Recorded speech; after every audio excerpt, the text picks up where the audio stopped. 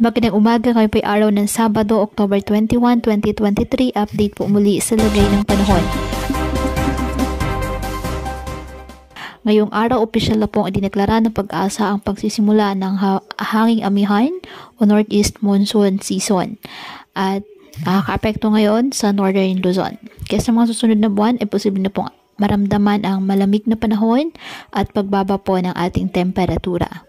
Share line naman ang nakaka-apekto ngayon sa eastern section ng Central Luzon.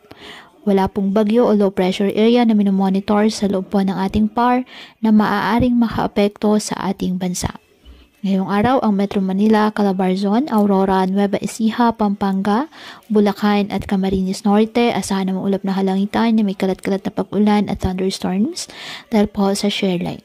Ang Batanes, Cagayan, Isabela, Apayao at Kalinga asahan ng maulap na kalangitan na may mahihinang pag-ulan dahil po pa rin sa amihan.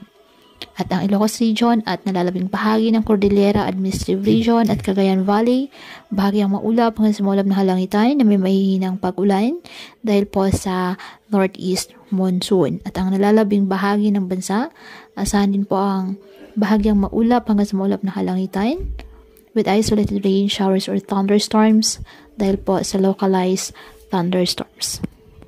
Kaya patuloy po na pinag-iingat ang ating mga kababayan sa banta po ng mga pagbaha or landslide, lalo na kapag may malalakas na ulan, at ugaliin po na magdala palagi ng payong o kahit anong panangga sa ulan kapag lalabas ng ating mga tahanan.